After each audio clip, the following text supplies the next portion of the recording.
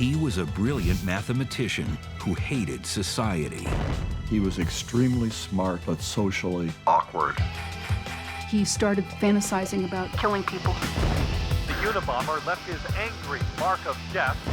He orchestrated a vicious bombing spree that killed 3, maimed 4, and injured 19 others. In all, 16 bombs at locations all over the United States. I began to think, well, I may not make it.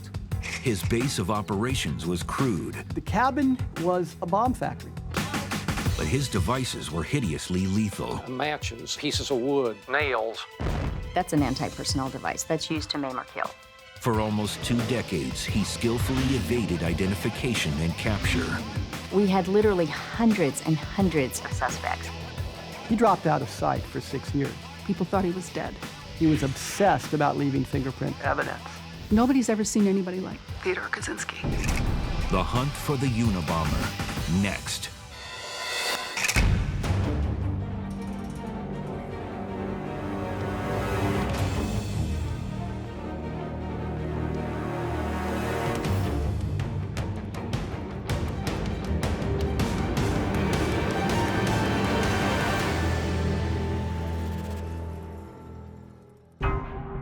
A simple sketch was almost all investigators had to go on.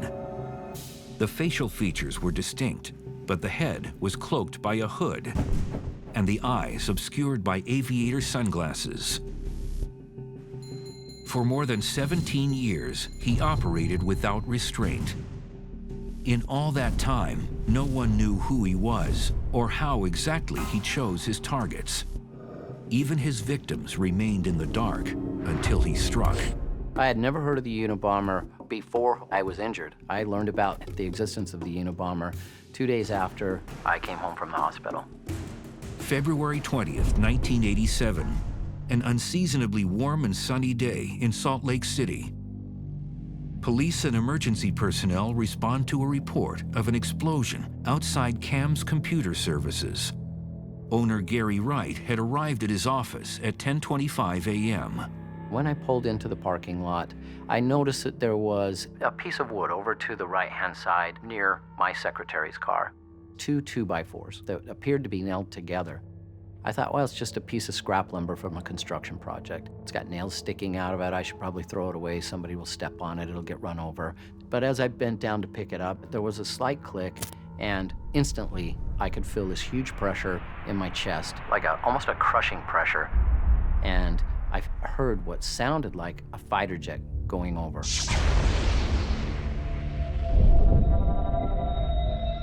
At that point, I didn't know that it had been a bomb. What I honestly thought is that someone had shot me with a shotgun.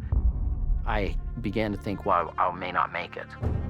The explosion has severed nerves in Wright's left arm and impaled more than 200 pieces of shrapnel in his body. Investigators quickly determine that Gary Wright has just become the latest victim of the Unabomber, a shadowy figure who's been engaged in a campaign of terror across the country for 9 years. The case we call Unabomb actually began in May of 1978 and continued until the last bomb was delivered in the U.S. mail in April of 1995. And during that time, the Unabomber placed or mailed 16 devices.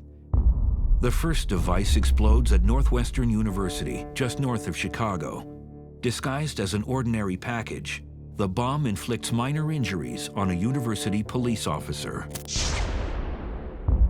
A year later, Northwestern is hit a second time, when another package detonates on campus. Graduate student John G. Harris sustains cuts on his arms and burns around his eyes. Then, on November 15, 1979, a bomb is placed in the cargo hold of American Airlines Flight 444, heading from Chicago to Washington, D.C. In mid-flight, it sets off a smoldering fire. 12 passengers suffer smoke inhalation. The pilots were able to land the plane at Dulles shortly before they said to us later that it would have probably burned through the hydraulics and dropped the plane out of the sky. Authorities now begin to suspect the bombings are linked. All doubt is removed 7 months later. A suspicious package arrives at the home of Percy Wood, the president of United Airlines. The subsequent explosion inflicts cuts and burns over large portions of Wood's body. Now, come 1980, we know we have a serial bomber. And so the FBI started working as a joint task force with ATF, and because we had bombs in the mail, with the Postal Inspection Service. The task force dubs the investigation Unibomb. Unibomb, universities and airline bombings, because those first 4 bombs were either affiliated with university locations or with airlines. From the beginning, the investigation is hampered by a lack of evidence. The Unabomber's devices are relatively crude, making it difficult to trace them back to their maker. There wasn't a lot of evidence left. And the evidence that we could identify, matches, pieces of wood, nails, were the kind of things that you could buy at any hardware store. We started calling him early the junkyard bomber because, in fact, he would make these bombs from scratch. He didn't go buy components and buy pieces of metal and that type of thing. He went out to piles of old abandoned cars to carve off chrome to use in his bomb construction. He used scraps of wood. Well, everything you find at a bomb scene, every single piece of evidence is critical because, for one, you have to decide how the device functioned. And in finding out how the device functioned, you look if there's a circuitry involved, where in most of his devices, he created the circuitry. And it was not through a timer like many bombers use. He actually took the time to create the mechanism, to create the circuits. And that made it really difficult for investigators. He built his own switches for the bombs from hickory. And when he bought batteries, he would peel off the cover of those batteries so we wouldn't be able to go back and trace where those batteries might have been purchased. There was no evidence that would lend itself to take us to a particular manufacturer, vendor, sales documents, a person's name on a purchase order. There wasn't anything like that connected with the devices. But as the attacks continued, the bombs became more sophisticated and more lethal. May 1982. A pipe bomb mailed to the head of the computer department at Vanderbilt University in Nashville explodes when it's opened by a secretary. She sustains severe burns to her hands and shrapnel wounds to her body. 2 months later, at the University of California, Berkeley, a package explodes when engineering professor Diogenes Angelakos picks it up. He too suffers severe burns and shrapnel wounds.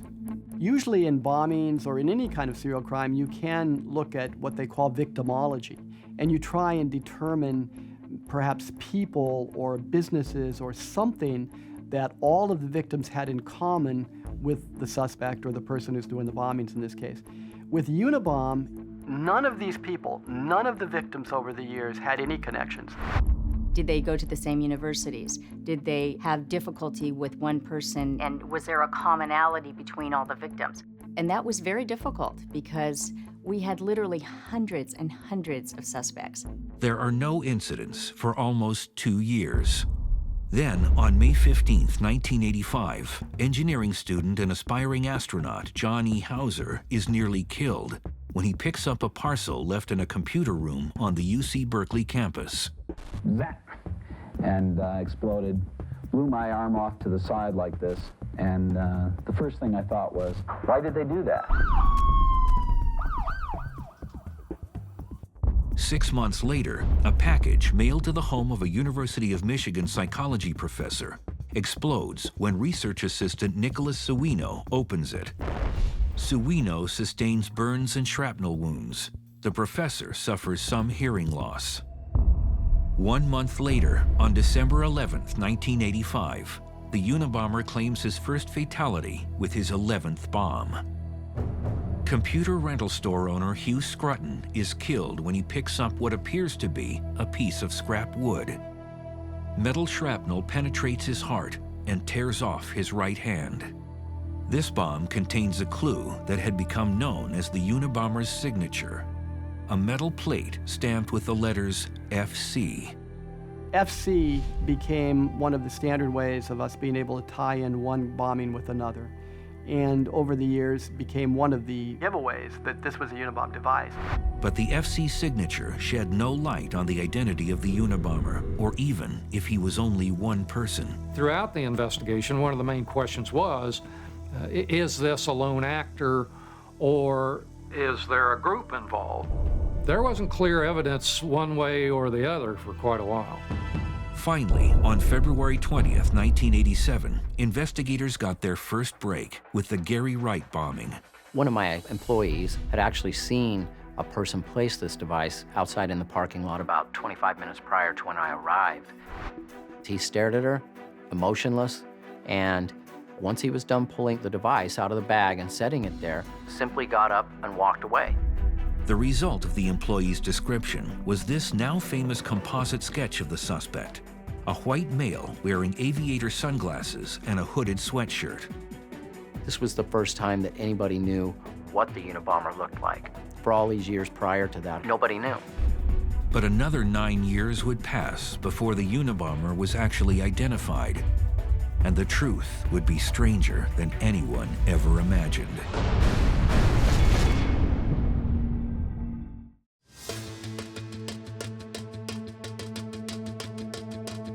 After 9 years and 12 attacks, the FBI finally had a physical description of the mystery man known as the Unabomber. But the psychological profiles were mixed. One said he was a young college student, possibly still a teenager. Another had him as a white-collar professional, living with his mother. The reality was very, very different. The Unabomber was, in fact, a brilliant middle-aged mathematician who had abandoned a promising academic career to live like a hermit in this cabin in the Montana wilderness. His name was Ted Kaczynski. He was extremely smart, but socially awkward. In retrospect, we would have to consider a diagnosis such as Asperger's syndrome, where he had a hard time reading clues of other people's emotions. Theodore Ted Kaczynski was born on May 22, 1942, to a working-class family in Chicago, Illinois. The older of two brothers, he excelled academically. In the 5th grade, tests indicated that his IQ was 167, genius level. As he was so smart, he skipped 2 grades, which then made him even more socially awkward, because now he was with students 2 years older than him. In high school, the shy young genius set his sights on the best, Harvard University. He was only 16 when he went to Harvard. He came from a very modest background, and in Harvard it's a very snobby kind of environment, and he was also socially maladjusted, so it was a disaster for him. At Harvard, Kaczynski was one of 22 student volunteers picked to take part in a personality study of gifted undergraduates. What the participants didn't know was that the study was allegedly part of a secret program funded by the CIA and military intelligence. What they did was essentially interview these kids and put them up against someone who ridiculed them mercilessly. Now, this is something that if you do that to someone who's not socially confident anyway, it's going to be very, at the least, difficult to deal with. Some experts later surmised that the Harvard experiments might have played a role in Kaczynski's emotional problems. I think they took advantage of a young, very vulnerable person as a subject, and they really treated him badly. I mean, they really, played games with their mind. Kaczynski graduated from Harvard in 1962. He enrolled at the University of Michigan at Ann Arbor, where he earned his PhD in mathematics at age 24. In 1967, he became an assistant professor at the University of California, Berkeley, teaching undergrad courses in calculus and geometry. He was the youngest professor ever hired by the university, but Kaczynski was not popular with his students. He didn't get very good ratings as a teacher at Berkeley. He was very uninvolved with the students, rather contemptuous of them and their minuscule intellects compared to his own. During this time, Kaczynski was growing increasingly disillusioned with contemporary society. This was someone who was deeply disturbed. And if you can't deal with society as it is, or people as they are, How are you going to deal with a society that's changing? It was when he was at Ann Arbor that he started fantasizing about killing people who were tools of the industrial society. But by the time he went to Berkeley, he was already determining that he was going to work for a couple of years, save up money, and then go move out to the woods and just drop out of society altogether. In 1969, Kaczynski abruptly resigned his teaching position. He later bought land in a rural area near Lincoln, Montana, and hand-built a new home. This 10 by 12-foot cabin without electricity or running water. He soon realized, however, that even in the wilderness, he could not avoid society. It would infuriate him when he'd be out in this wilderness area and people would come through on snowmobiles. It infuriated him that these planes would fly over where he was. He would actually take his .22 and try to shoot at a plane at about 40,000 feet because it's like he couldn't get away from society and technical things like that. And so I think all those things are what drove him to kind of retaliate against society, which wouldn't leave him alone. Mr. Kaczynski was alienated from society, and once he made up his mind to start killing people, he used all his intelligence to do it. Kaczynski started his bombing campaign in 1978. His first devices were somewhat crude and ineffectual. Over the years, he perfected his techniques. Kaczynski kept meticulous notes and apparently followed his own exploits through newspaper accounts, producing a chilling record of a man obsessed by killing.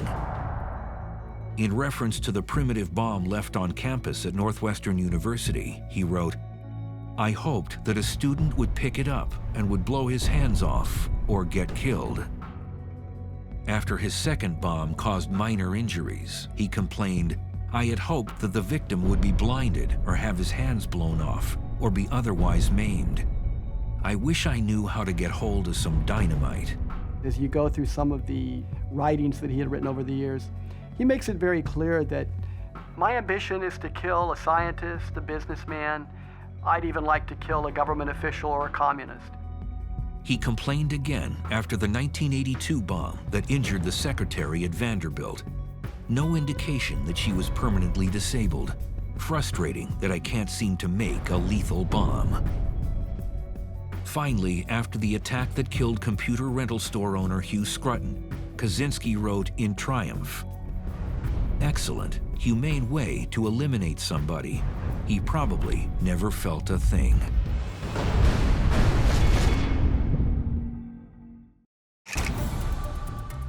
For 9 years, the Unabomber had evaded capture, outwitting law enforcement by using low-tech methods and staying off the grid. But after he was spotted in the Salt Lake City parking lot in 1987, he seemed to vanish. It's been a year since the Unabomber left his angry mark of death. After he committed that bombing and that composite was circulated in 1987, he dropped out of sight for 6 years. He could have been incarcerated, he could have had health issues. But you also have to realize that it was the first time ever since 1978 that he had ever been seen placing a device. So it could have been because he was fearful that he would be caught. The Unabomber from 1987 to 1993 did nothing. People thought he was dead. But what he was doing, he was really learning how to build better bombs. It wasn't until June of 1993 that the Unabomber surfaced again, sending a letter to the New York Times saying, "We're the terrorist group FC. We have more to say and we'll get back in touch with you later." FC apparently stood for Freedom Club. Theodore Kaczynski's assertion that it was a terrorist group was another misdirection. FC would now take responsibility for a renewed wave of attacks. That same month, the Unabomber finally struck again. Package bomb blew as Dr. Charles Epstein opened his mail at his home late Tuesday. Charles Epstein was a renowned geneticist from the University of California, San Francisco. Epstein is recovering from 4 hours of surgery to his hands, arm, and face. News of the bombing hit hard for previous victim, Gary Wright. I came home from work, The news was on, and he was back. It unglued me. It was just devastating. 2 days later, and 3,000 miles away, another bomb arrived at the office of David Galernter, a computer science professor at Yale University. I just heard a very loud explosion, and then we heard a man screaming. Galernter survived, but was seriously injured. Why would anyone want to blow up a professor who specializes in the languages used to program computers? The Unabomber was back in action, and investigators were no closer to finding him than they'd been when he started 15 years earlier. The Unabomber, he was obsessed with ensuring that he threw us off the trail forensically. And so he would do a number of things. The return addresses on the Unabomber devices were real names of real people at real addresses of, say, their home or place of business. Others were a location that actually existed, but actually a phony address. There was no such business at that particular address. And still others were meant to mock the FBI. For example, on one of the letters the Unabomber sent, the address was 9th and Pennsylvania Avenue Northwest in Washington, D.C., which of course is the address of the J. Edgar Hoover FBI building. In one of his letters, he said, "The FBI is a joke. The FBI will not be catching us anytime soon." The FBI, of course, had no idea about the Unabomber's identity or whereabouts, and Ted Kaczynski took great pains to make sure he didn't leave a single clue. He would take files and he would file everything down after he built something so that he could ensure that he was getting rid of fingerprints. He was obsessed about leaving fingerprint evidence. Kaczynski also planted false clues to throw investigators off the trail. He went to a bathroom at the bus station in Missoula, Montana, and he actually took hairs off the floor of the restroom. And then in subsequent bombs, he would take those hairs and put them in between layers of tape. And the whole idea was when those subsequent bombs exploded at a crime scene, that we would think that hair might have something to do with the Unabomber. When he was out on a run to collect information or to collect components for his bombs, he would make sure he had a disguise. He put cotton up his nose so his nostrils would look bigger. He had a fake mustache that he had worn. For another 18 months, everything was quiet. Then, on December 10th, 1994, the Unabomber claimed his second fatality. The latest victim was advertising executive Thomas Mosser. In all, 16 bombs in 17 years at locations all over the United States. Thomas Moser was killed by a mail bomb sent to his home in North Caldwell, New Jersey. As it turned out, Moser had been targeted because Kaczynski mistakenly believed that he had helped Exxon clean up its public image after the Exxon Valdez oil spill. Just over 3 months later, the Unabomber's reign of terror was suddenly overshadowed by a much more destructive blast. On the morning of April 19th, we all get the call there's been a terrible bombing in Oklahoma City. So we're really focused on this at this point because everybody's going to be asking, is this the Unabomber? And we gave our best assessment then that we didn't think it was because these are different personalities. These are different types of bombings. One is specific targeted, the other is a mass murder. Any thought that the Unabomber was responsible for Oklahoma City was quickly erased when Timothy McVeigh was arrested 2 days after the blast. Ted Kaczynski, it seems, had his own agenda and his own timetable. When the Oklahoma City bombing was happening, Theodore Kaczynski was already on a bus on his way to deliver the package for sending to his next victim. On April 24th, just 5 days after Oklahoma City, a mail bomb killed Gilbert Murray, president of the California Forestry Association, a timber industry lobbying group. In an earlier incarnation, the group had been targeted by radical environmentalists. The bomb that was sent to the Forestry Association was actually sent to his predecessor, a man named William Dennison, but he had retired and Mr. Murray had replaced him. The Unabomber was very proud of himself. It didn't matter that his bomb had killed the wrong man. They were engaged in the same kind of work, which was anti-environment in his opinion, and so it was okay. I'd been to a number of bomb scenes over my career, and the last one in Sacramento was probably one of the more horrific. The shrapnel is usually what maims or kills the victim. Most of the cases, nails, staples, and screws were used. That's an anti-personnel device that's used to maim or kill. When you go to those crime scenes or when you see the devastation that was left behind and then you read about what he says and how he felt about those bombs, it's really chilling. It's chilling that someone can think like that, behave like that, and do that kind of thing. By now, the Unabomber had been at large for almost 17 years. We talk about lone actors a lot, how difficult they are to catch. The Unabomber was the lone wolf in the most classic sense. Socially, he defined himself as a social cripple. But technologically, ironically, because he was so anti-technology, he absolutely had utmost confidence in his ability to keep from blowing himself up. Nobody's ever seen anybody like Theodore Kaczynski.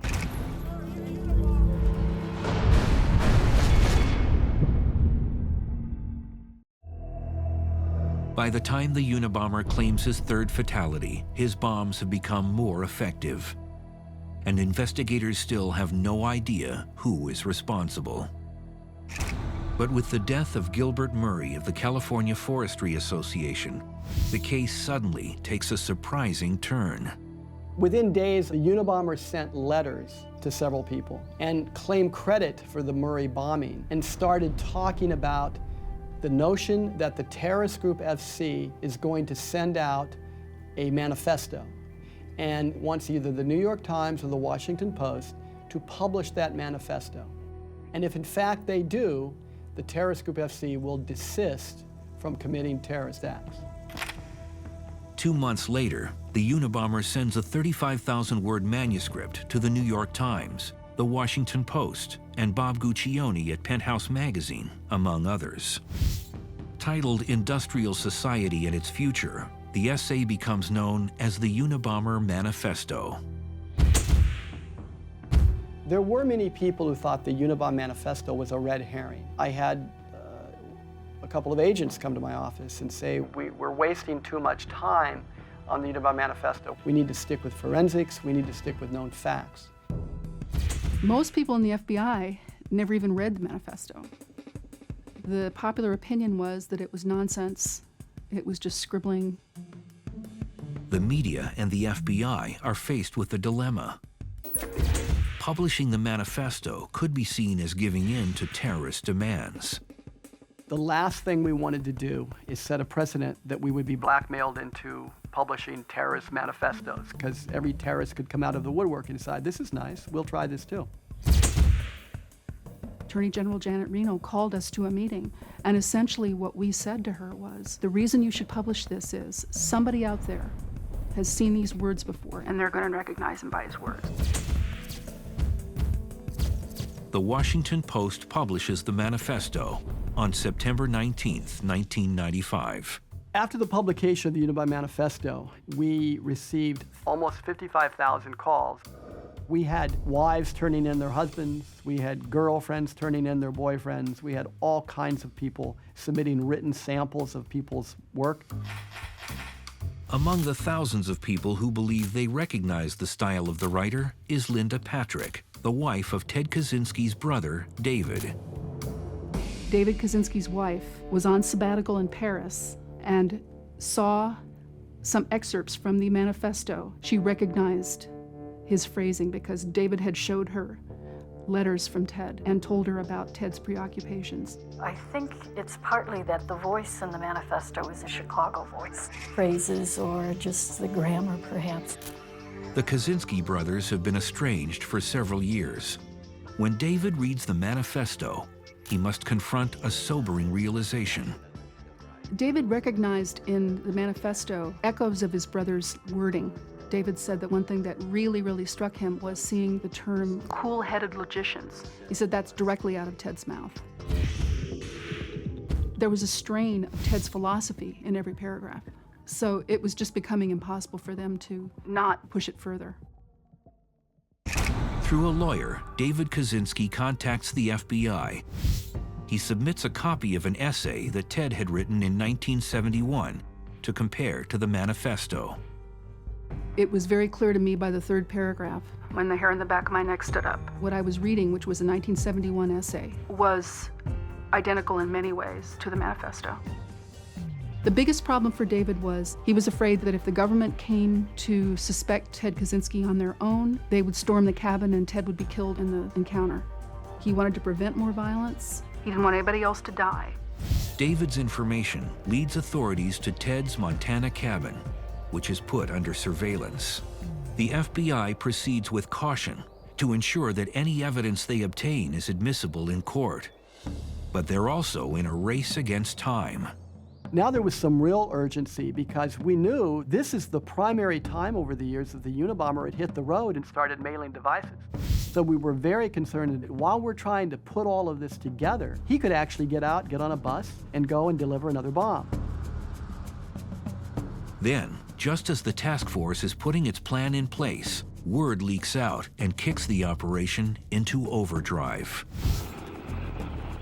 And Dan Rather called Louis Freeh, the director of the FBI, and said, we have information about who your Unabomb suspect is. He's a guy in Montana in a cabin, and Louis said, wait, give us 24 hours. CBS News told the FBI director, we had planned on going to the air tonight with this information. They said, well, we can hold off unless the competition finds out. With the clock ticking, the authorities close in on Kaczynski. And when the news breaks, it's on the FBI's terms. A few hours ago, U.S. law enforcement agents took into custody a Montana man suspected of being the mysterious Unabomber.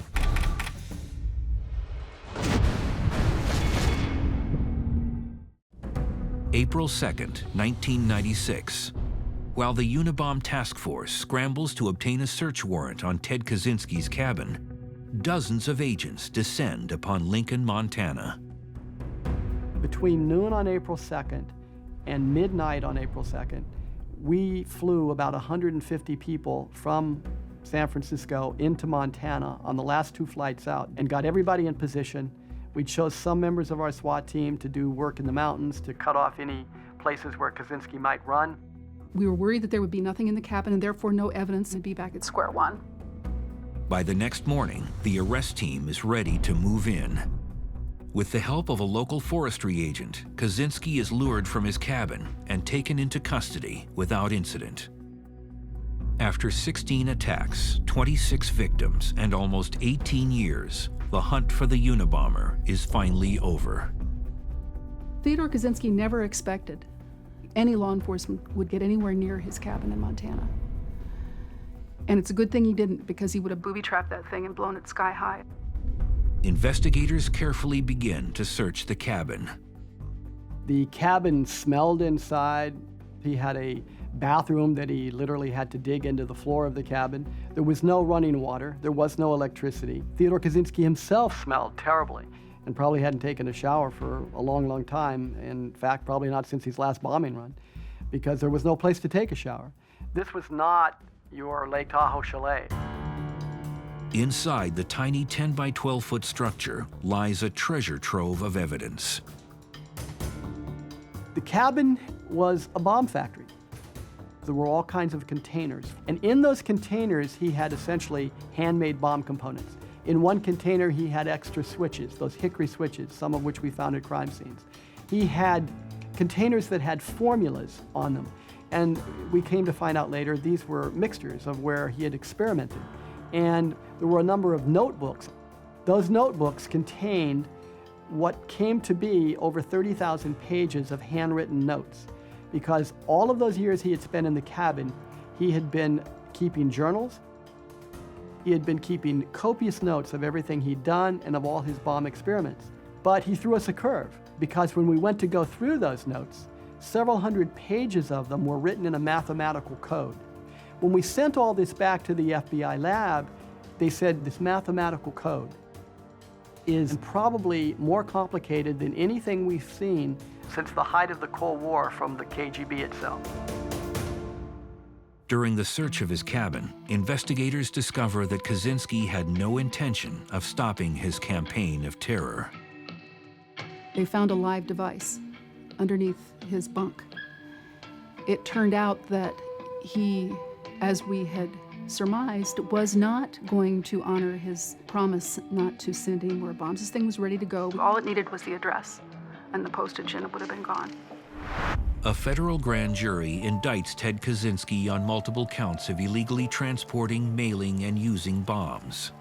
The government will also seek the death penalty for the murders of Hugh Scruton, Thomas Moser, and Gilbert Murray.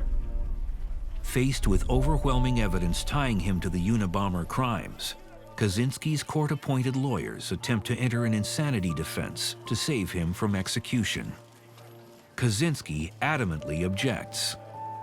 He distrusts any mental health professionals. He thinks that they do mind control, and he's very proud of his rational reasoning ability, and the idea that he was in any way affected with any kind of mental illness would go just to the heart of who he was.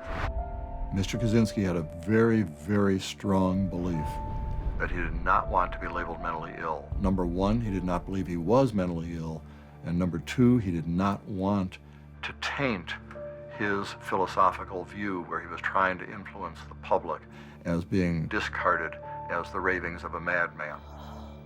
He would prefer the death penalty rather than being labeled mentally ill.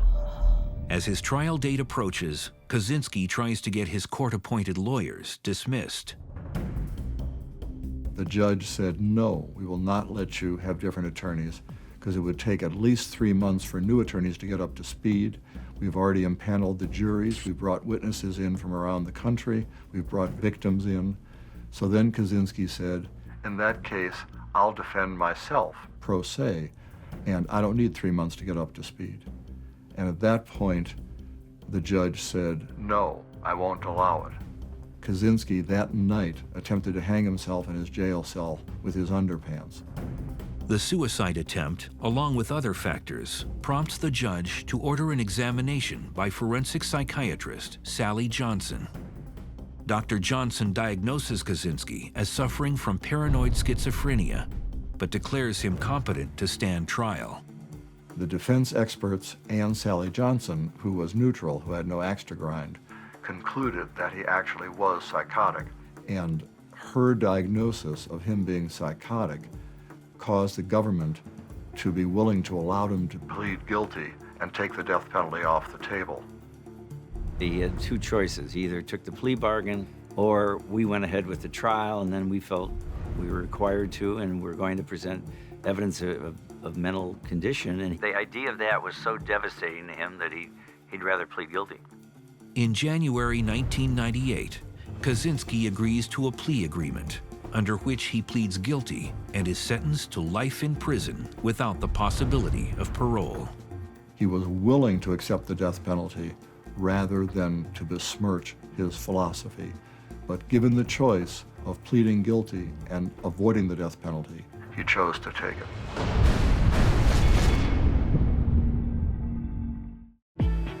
On January 22, 1998, Theodore Kaczynski, aka the Unabomber, is sentenced to life in prison without parole. During his sentencing hearing, some of his victims are allowed to address him directly. I didn't see any contrition or any sort of guilt on his face. I only saw shock when I told him that I forgave him. And then that was the point I knew that I had him. Designated a domestic terrorist by the FBI, Ted Kaczynski is currently incarcerated at the Supermax facility in Fremont County, Colorado. In some ways, he probably does a lot better there in that extremely structured environment than he ever did when he was living up in the wilderness up in Montana. And he always had problems dealing with other people. The fact that he's isolated from them is probably not as difficult for him as it would be for a lot of other people. Kaczynski's cabin was seized as evidence and removed from the property. It is now on display at the Museum in Washington, D.C. On August 10, 2006, Judge Garland Burrell Jr. ordered that the personal items confiscated from the cabin be sold at auction and that the proceeds go to the bombing victims. The auction raised over $232,000. Ted Kaczynski's brother David received the $1 million reward for the Unabomber's capture. After paying his legal expenses, he donated the rest of the reward money to the families of his brother's victims. He said, I know I could have had my brother's blood on my hands through an execution, but I couldn't have had innocent people's blood on my hands. After the trial, Gary Wright and David developed a close friendship. They have appeared together at numerous speaking engagements. We speak on social justice issues. We speak on healing and forgiveness and stuff like that. People are always saying, wow, that's such an unlikely friendship. David Kaczynski no longer speaks publicly about his brother's crimes. He is currently the executive director of a Tibetan monastery in upstate New York. 3 people were killed outright by Kaczynski's bombs. 23 other people were injured, some severely maimed. But investigators never discovered a definitive pattern to the Unabomber's victims. You never really fully come to terms with understanding why he would do this, why he would pick such random victims in some respects, and you know, and do the things that he did. You and I would never think that way. Ted Kaczynski, like Timothy McVeigh, was a game changer with respect to terrorism. If we go to a federal office building, or if we get our mail, these are places where we expect safety. And indeed, the Postal Service changed their methods for accepting and transporting packages and mail due to Ted Kaczynski. Chief among the changes in postal security is the requirement that packages weighing more than 13 ounces be mailed in person at a post office rather than placed in a mailbox. But beyond the security measures, the biggest impact of Kaczynski's campaign of terror has been on the victims. In the years since the bombings, at least 4 have died of natural causes, but others still bear the scars, both physical and emotional. You will never be the same. You accept it. You will never have closure. There is no such a word as closure. Closure does not exist. Life is different. Now you get to choose what you're going to do with it. You can be bitter, you can be angry, or you can be happy. And those are your choices. While some of Ted Kaczynski's victims have managed to move on, it seems that Kaczynski himself never will. Ted Kaczynski has absolutely no feelings of remorse or sympathy or regret or anything for any of his victims. They were all soldiers of the Technological Society as far as he was concerned. He had a higher purpose, and they were immaterial to him.